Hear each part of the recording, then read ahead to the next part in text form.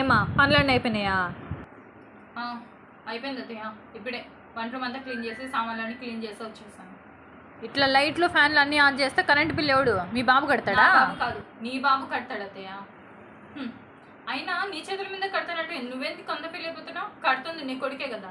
ఈ ఇంట్లో నీ కొడుకు మీద నీకెంత హక్కు ఉందో నాకు కూడా అంతే హక్కు ఉంది. నువ్వంటే మంది కొంపలు వెళ్ళి ముచ్చట్లు పెడతావు, నేనేం చేయాలి? కాసేపు రిలాక్స్ అవుదామని టీవీ చూసాను. అయినా నీలాగా తేరగా ఏం కూర్చొని తినట్లేదు కదా. అన్ని పనులు చేసి ఇది అలసిపోయినాక వచ్చి కూర్చొని చూస్తున్నా. అయినా నేను తినేదానికి చేసేదానికి అంత నీ కొడుకు కడుతుంటే నీకెందుకు అత్తయ్య అంత నొప్పి?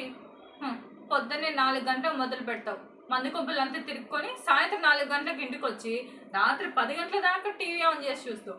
అప్పుడు రాని కరెంటు బిల్లు ఇవన్నీ నేను చూస్తున్నప్పుడే మీకు గుర్తొస్తాయా? అవునులేండి, ఎత్తిపరచడానికి మీకు పొదుపా? ఎప్పుడు పడితే అప్పుడు ఏదో ఒకటి అనాలని చెప్పి ఇంట్లోకి అదే పనిగా వచ్చి ఎత్తుకొని మరీ అనేసిపోతారు. తిరగ నేను కూడా అలాగే చేశాను అనుకోండి, నీకు నేను అత్తనే కూర్చుంటా, ఒక్క నిమిషం కూడా ఉండలేవు.